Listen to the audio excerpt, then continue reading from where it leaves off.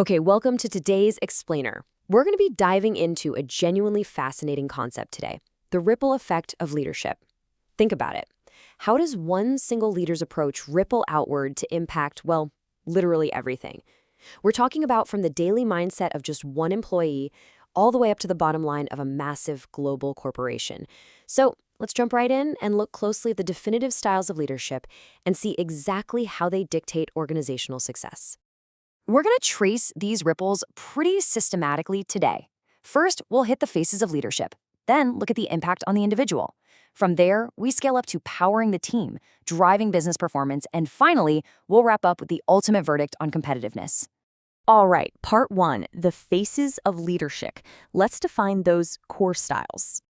So, starting with autocratic leadership, the absolute crucial point to remember here is the sheer concentration of authority at the very top. The leader makes the call, the subordinates just execute it. It's highly, highly centralized.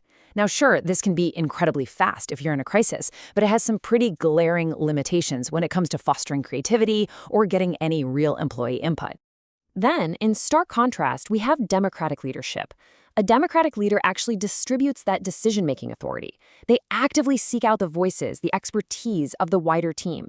It's a style that really thrives on collaboration and decentralization, basically operating on the belief that throwing a wider pool of ideas into the mix inevitably leads to much better problem solving. And then we get to transformational leadership. This one is incredibly dynamic. It goes way beyond just managing the daily grind or hitting immediate quotas. A transformational leader is all about genuinely inspiring people toward long-term organizational development. They cast a vision, a vision that makes employees actually want to achieve beyond their own basic self-interests, totally aligning their personal drive with the wider mission of the business. What's really fascinating here is how our foundational frameworks are evolving to reflect this shift. In modern business analysis, transformational leadership has been explicitly elevated. It's completely replacing older, kind of outdated models, like paternalistic leadership, and is now recognized as this critical, standalone pillar of people management. When you put them head-to-head like this and just strip away all the corporate jargon, it really fundamentally comes down to power. Are we concentrating decision-making into a single entity, or are we actively building shared authority? Honestly, the path an organization chooses right here sets the stage for absolutely everything that follows. Moving on to part two, impact on the individual. Let's look at motivation and theory. To really grasp the individual impact, we have to look back at foundational motivation theories from Taylor, Maslow, and Herzberg. These are essential because they map perfectly onto how leaders either fulfill or completely ignore our basic psychological needs. While Taylor was laser-focused on strict scientific efficiency, Maslow and Herzberg really dug into the human element, our fundamental need for connection, recognition, and ultimately meaningful work. Applying Maslow's hierarchy to a business context is super revealing. When democratic or transformational leaders meet those social needs and foster a real sense of belonging, employees feel deeply connected. And this isn't just about getting the warm fuzzies. It directly boosts engagement and heavily slashes costly staff turnover. Simply put, if people feel valued, they're going to stay. And that beautifully illustrates Herzberg's theory.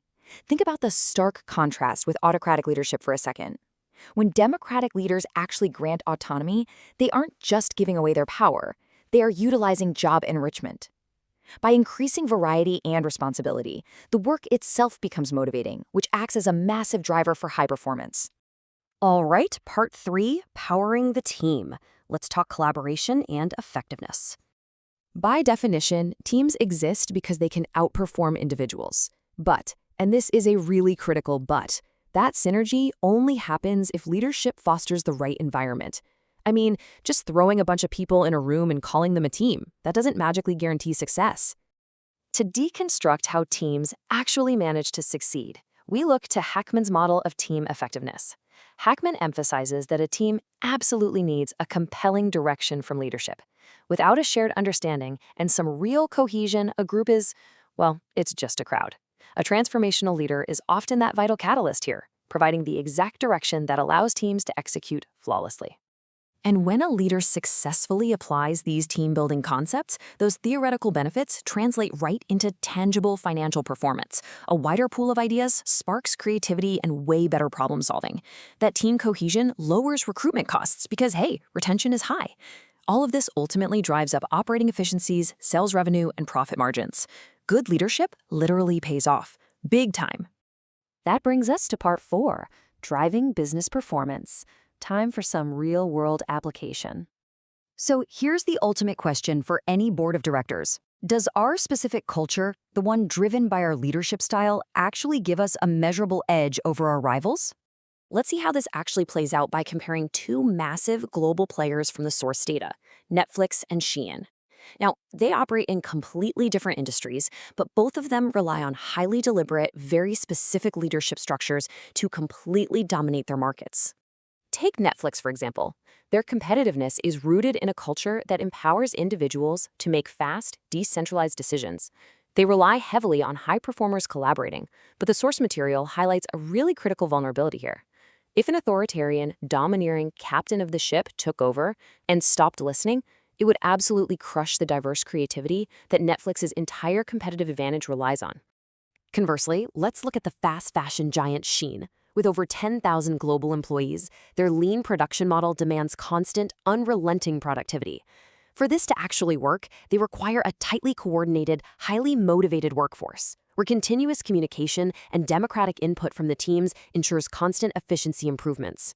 By utilizing that job enrichment and meeting social needs, they retain staff, cut waste, and maintain the massive operating efficiencies they need to fuel their aggressive growth.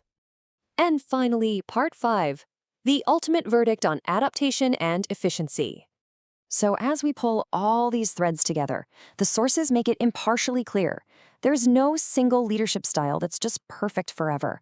True competitiveness really comes down to how well the leadership culture supports the specific behaviors a business needs right now.